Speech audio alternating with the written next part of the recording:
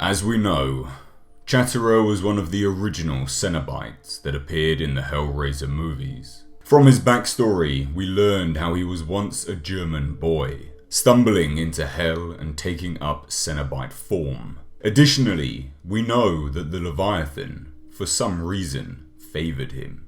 There is a potential that hell favoured him due to his innocence upon appearing in the labyrinth. Though we know it's desire that opens the gateway, he may have had an innocent curiosity with the twisted realms of hell.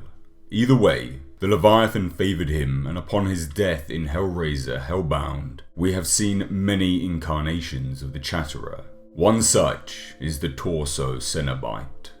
The twisted and mutilated being was in fact a Cenobite created at the hands of the one true Chatterer. Not much is known about Torso before he entered the labyrinth. In fact, nothing is known. Though one can assume he was a depraved human, much like the others, seeking pleasures beyond his wildest imaginations. The blending of pain and pleasure as a means to achieve and explore bliss.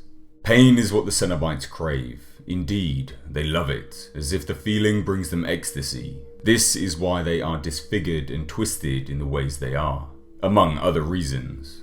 The Torso Cenobite is perhaps the closest to the perfection of pain we have seen on screen, and all at the hands of what was a little boy.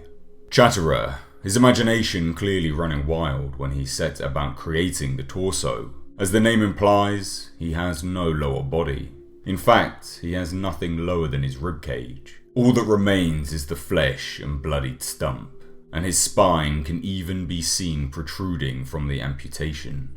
As such, the Torso Cenobite crawls on his hands, supporting his body weight purely by his arms. He has a face that is reminiscent of his creators. Whether it was burned in the same way isn't known, but it certainly appears to be.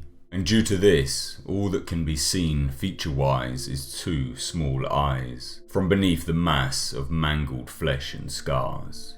His mouth is prized open with hooks and wires, much like his master, and held in place so he is permanently baring his teeth.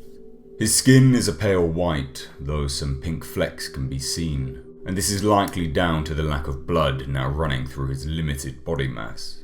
When his master was destroyed, killed by the Dr. Cenobite, Torso apparently searched and searched the winding labyrinth for his master, entirely unaware he had been disposed of. As he was later seen alongside Pinhead and the Wire Twins, it can be assumed that when Pinhead returned to Hell, he found his former companion's creation and informed him of his death, bringing him into his fold and bolstering the ranks of his newly formed Cenobite gash. As the Torso only appeared in Hellraiser Inferno, the information surrounding his backstory is actually acquired from the models created for those fans of the series, where they include just that little more insight into the numerous and imaginative Cenobites we saw further down the line. So, what do you think of the Torso Cenobite? He is the closest to perfection in the eyes of the Cenobites, having achieved a state of near continuous pain.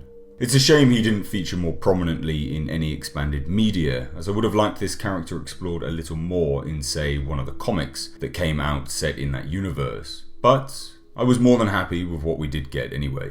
So as always guys, let me know your thoughts on Torso down below in the comment section, and if you want to see more Hellraiser related videos, then hit that subscribe button to stay notified of all my future content. If you did enjoy this video, then please consider leaving it a like, as it does help the channel out. And if you want to support me, my channel and what I do, then please head on over to my Patreon, the link is in the description box. I've been Mr. H, and until next time, I'll catch you in the comment section.